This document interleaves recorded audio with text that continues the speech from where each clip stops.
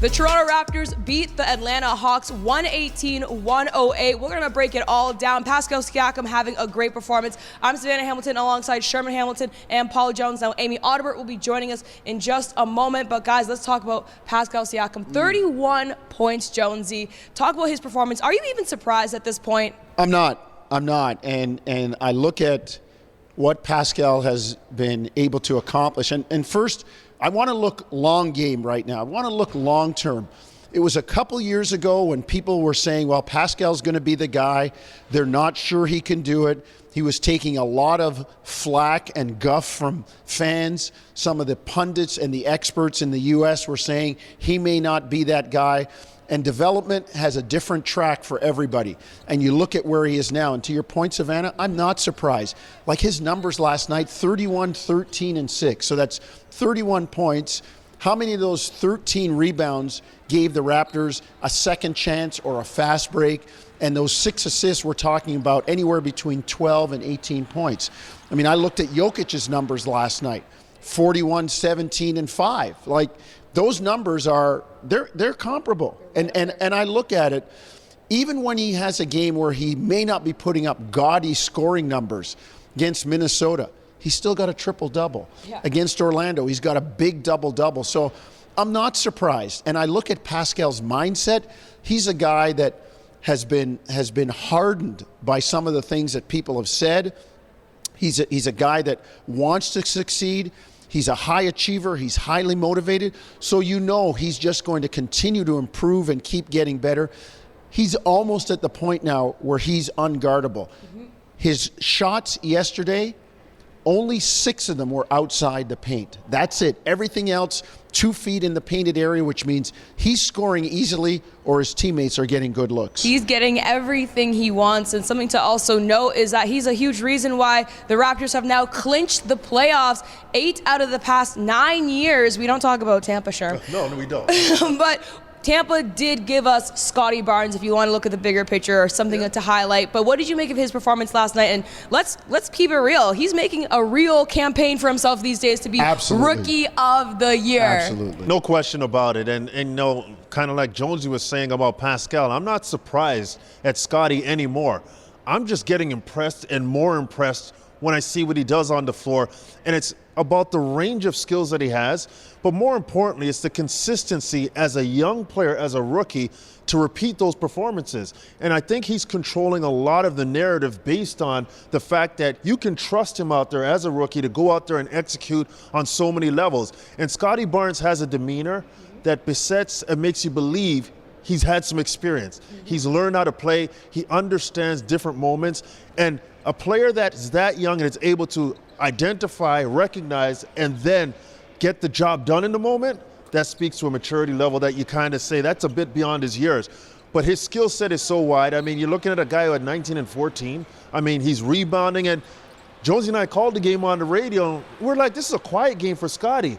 Then you look at his stat line, you're like, this guy, if this is quiet, imagine what he looks like when he blows up. And we've seen him have monster games. So I just think that the base level for Scottie is so high that when you start to look at the ceiling, you really start to wonder what this young kid could be, and it looks so special for his future. Sav, I just want to say one thing. I really hope the people that have votes amongst our media brothers and sisters watch Raptor games. Not just the stats, but look at the eye test. Watch the game to see. Not going to happen. To see, well, and that's just it, Sherm. I can probably count on one hand how many Raptor games they've watched wire to wire. And unfortunately, because there are no sexy big names, I think that hurts guys like Scottie and Pascal when it comes to all-NBA and Rookie of the Year stuff. Just my thought. Oh, absolutely. No, I mean, especially if you want to call it out, it's south of the border media. We got to, they got to be paying attention to what's happening north of the border. I know it's sometimes they say it's bad for ratings or stuff like that, but hey, a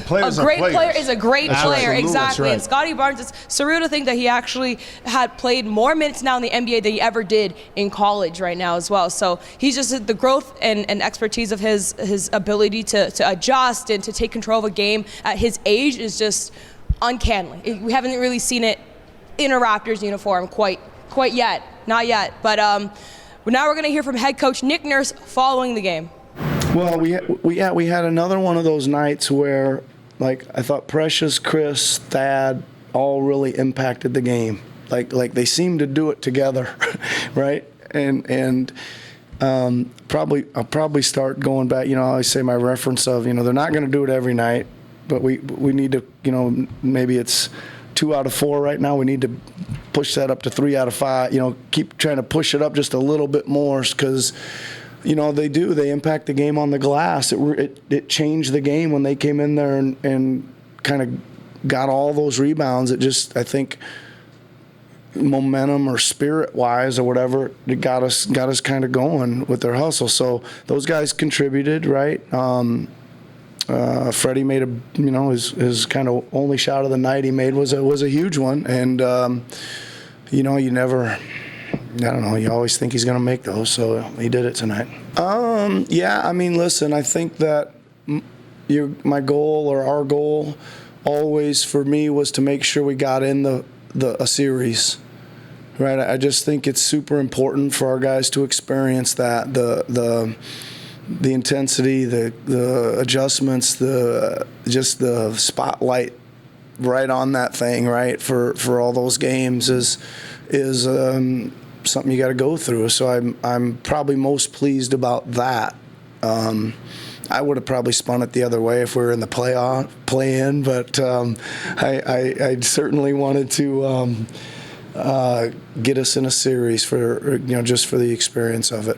Now, guys, we got to talk about the fact that they, in fact, we mentioned it earlier, did clinch playoffs, which is huge. They're not in the play-in. That's not even a conversation anymore. How big is those few extra days of rest before playoffs really get going? Sav, it's amazing. I mean, the over-under for this team in Vegas was 36.5. They could end with 49 wins, if they win out. The big thing is the rest in the playoffs, before the playoffs, and trying to rest through the playoffs. When you're in, knock things off as quickly as you can and try to get rest. And my analogy is, it's like driving over a long distance and you don't have a gas station until you get to where you're going. So you want to be careful how much gas you burn and when you use. Sometimes you're going to have to use it. Sometimes you're going to have 6 and 7 game series, but right now, if you're the Raptors, load up on the fuel. Mm-hmm. So OG Anunoby gets a week or 5 or 6 days with a little extra rest. Fred VanVleet, who's been fighting knee injuries. Even Pascal Siakam, who has come back after everybody else, was still relatively fresh, gets a chance to recharge. You're trying to be ready to hit the ground running, but when you get in, trying to knock things off as quickly as possible and then put the car back in the garage for a bit. So I just think it's huge that they know who they're going to play and they have time to rest and prepare. And they're going on the road for the first 2 games. That's going to put a whole bunch of pressure on that home team in the first 2 games. Because the Raptors are great on the road. Their road record is still better than their home record, but my only concern, I would say, is rust over rest as well. That's a fine line to play as well. Yeah, it is, but I just think this team is so professional. These guys will be sharp. Good. Now, we got to talk about Malachi Flynn, because Nick Nurse used him in a box-in-1 last night that we saw. What did you make of that? It was a great decision, and Nick Nurse continues to mix it up in terms of his game plan. And I like the fact that he pulled on a guy. He knew that from a mental and professional standpoint, he's going to be engaged. He's going to be ready. And Malachi Flynn was a fresh body. You throw him out there. He has energy, and he's going to have to be active against Trae Young. And you like that ability. The person defending the person you're trying to deny the ball from has to have energy, has to be committed, and has to be consistent. And I thought Malachi did a great job, and Nick Nurse didn't put Malachi out there by accident. There was intent behind that, knowing what Malachi will bring to that situation and understanding if he does his job, everybody else behind him can do their job. But for Nick Nurse, we've seen the box-in-1 many times before. And what I love about it is it's a commitment on ball, but it's also a commitment on the backside. Everybody has to be engaged. It's not just the guy defending the ball or the person you're trying to keep the ball from. Everybody has to be active. And I thought when they did that box-in-1, the weak side was extremely attentive, was ready to react, was on top of it. They rebounded well. And the box-in-1 does allow you to have inside position when you're talking about defending on the weak side. So it's a situation where he trusts his guys. They know how to play it. There's commitment on so many levels. And throwing it at the right time is so crucial. And that's one of the things Nick Nurse is the best at. The timing of the way he switches his defense. And there's going to be some options for that box and one come playoff time as well. I was just going to say, because we were just chatting off camera about how a great zone defense actually can look like a man-to-man defense. But a box and one, in this case in the playoffs, how crucial is that to kind of tune up and use against teams like a Milwaukee, like a 76ers? Yeah, I think it's big. And when you're talking about tuning up, there's going to be some games down the stretch, the last few games, where the Raptors are going to be able to try some things. Yeah. And I think it's very important to understand that we talk about the rest. Well, that can start to happen as well, depending on how the Raptors play out the next few games. But also the ability to try some things, it's there for them as well. Exactly. Now we're going to hear from the team following the Atlanta Hawks game. It means a lot. I think, it's one of those things where you got to just appreciate, the journey. And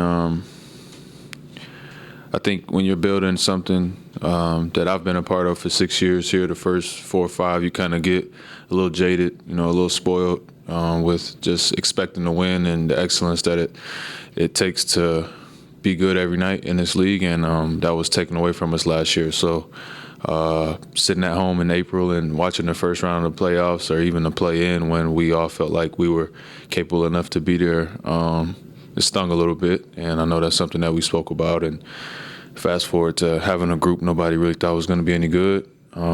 Being here in this position is good. We did what we set out to do in the regular season, which was have a good regular season. And obviously we still got 3 more games left, but get us a spot where we feel like we belong. And, now it's time to go see what we can do. Well, yeah, I knew it was coming. I was hoping that, there was enough time. I knew I had 1 more left in the chamber, but, man, if I play a little bit better, that game's over with probably by halftime or this third quarter, to be honest with you. So that was frustrating, especially when you got to chase Trey around, and it was rough for me out there tonight. But we had great performances around the board. Guys stepped up and played well, and that's the growth of this team is I can have an off night and still get a win, and that's the testament of a playoff team. I think those guys deserve a ton of credit. If you look at what Scottie has done, you look at the growth in Precious, you look at the role Chris Boucher has played, the addition, I'm getting away from the young guys now, but the addition of that, Gary Trent Jr., the step in the growth he's made. I think all of those guys deserve a ton of credit. Because as we know, it's those extra pieces around the board that make a team what it is, and we've had contributions, from just about everybody in the rotation, and it's going to help us going forward. And I'm really just proud of those guys. And as one of the leaders of this team, it's refreshing to have those guys step up. It feels amazing, honestly. My first year we won a championship. Second year we went to second round. I didn't feel like I was, I've learned so much from it, but from the sideline, and it feels good to get to the playoffs. And seeing that last year didn't really, hurt the rest that much. We learned so much from last year. But I think me, Fred, Pascal, OG, and just on what it is to play winning basketball, and it feels good to be back. We bring the same energy, different style of body, different style of game.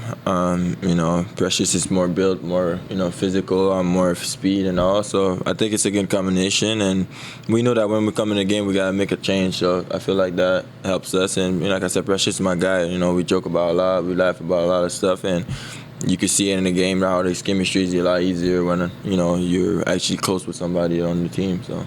We rip pretty tall. You know what I'm saying? Like, if you just put all the roster all together, you'll see that, that we got 6'9", 6'9", 6'9", 6'8", and it just keeps going. So, but that's also the one thing that at the beginning of the season, people didn't know how far we'd go because they didn't know if we would figure it out. And I think we did a good job figuring that out. And the coaching staff did a good job telling us, what they were aiming for and what we needed to do. And everybody bought in. And, those are the result of, 2-3 months of figuring out what and who needed to do what in his team. Is there validation to that? You mentioned that people didn't really know what to make of you guys initially. People were talking about playing this, playing that. To be able to avoid that play-in and to be back in the playoffs, does that sort of feel good from a validation standpoint? Every year that I've been here, they always seeded us lower than what we we thought we could be, and it just made us, work harder. I feel like we all knew what we were capable of doing, and obviously we didn't. Last year we thought we would be all right too, and we had, COVID hit us, and we could have been a run too. So I never seen it like it was a squash every year. So this year, I think when I saw the talent that we had, it was just about putting all the pieces together, really. Now, it came out on TSN when Fred joined the crew there that he said over All-Star break, all the players were telling him that the Raptors are actually the least favorite team to play against. I can't say I'm surprised, but why do you think that is, Sherm? Well, I think when you talk about the ability to make every game tough, the Raptors have that. I mean, they stay true to who they are. They're determined, they're a resilient, they're a physical team, they're a smart team. They've got the ability to play on the defensive side and the offensive side. And there's a consistency in terms of how and an integrity to how they play. And to me, that's the difference. When you talk about a Raptor team, you're not going to get those swales of guys trying to figure out and trying to do things outside of the system. They're a group. They play a certain way. They don't stray from the way that they play. And they're consistent in terms of how tough they are with the way they play.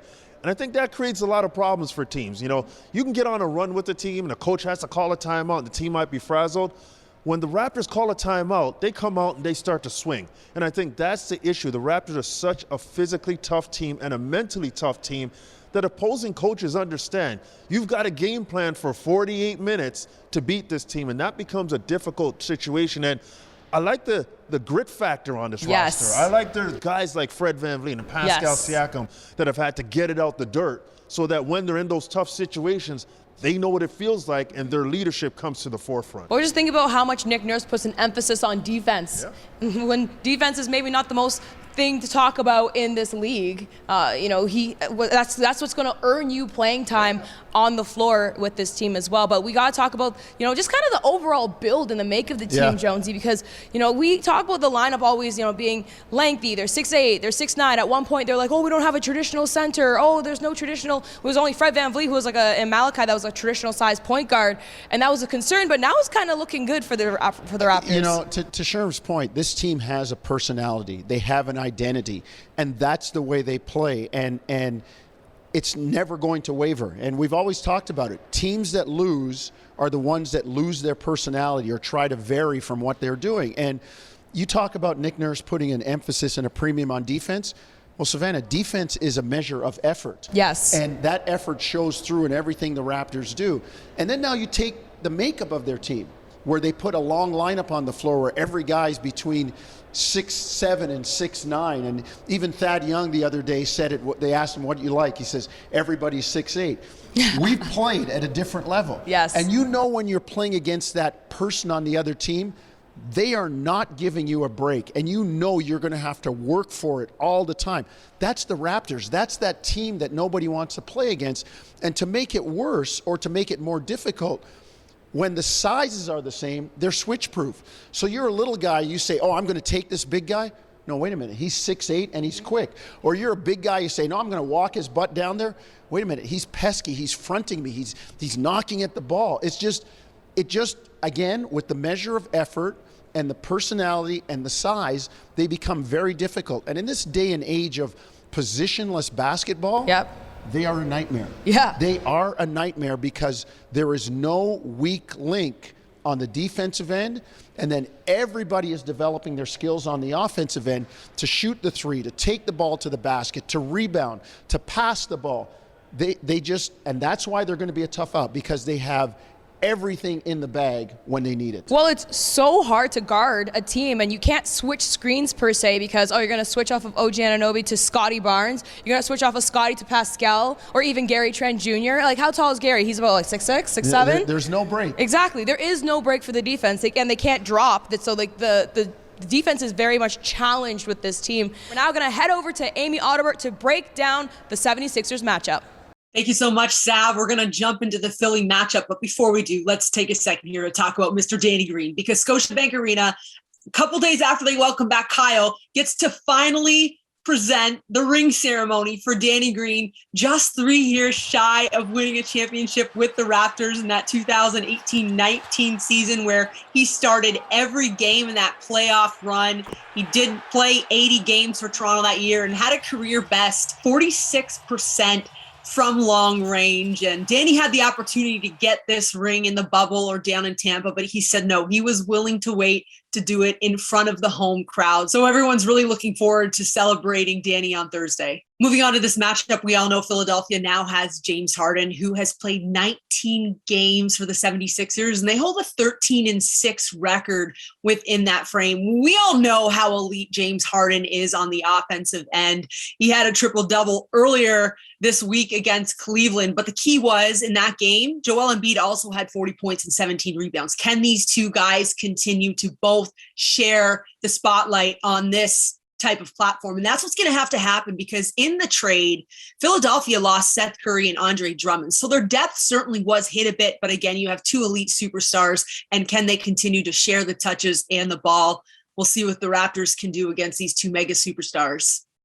And finally, let's touch on the guy that we love to not love so much, and that is Joel Embiid, who is, of course, having an MVP season. There's no getting around that. He's averaging 30 points, 12 rebounds, and 4 assists. But this is a guy that has been consistently great, and he's managed to keep the 76ers team afloat during the entire Ben Simmons debacle. And so he definitely deserves some credit for that. He looks like he's in the best shape of his career.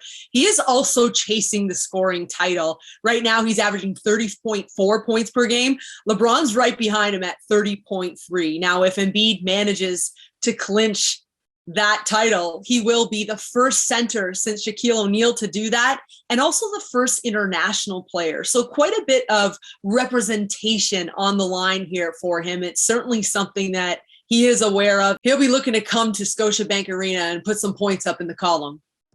As always, appreciate you, Amy. Now, you can catch the Raptors' next game, April 7th. That's this Thursday, 7:30. Watch it on Sportsnet. Listen to it on TSN. From myself, Savanna Hamilton, Paul Jones, Sherman Hamilton, Amy Audibert, Jake LaRue, as well as Alex and Luke. Thank you for watching another episode of Raptors Today.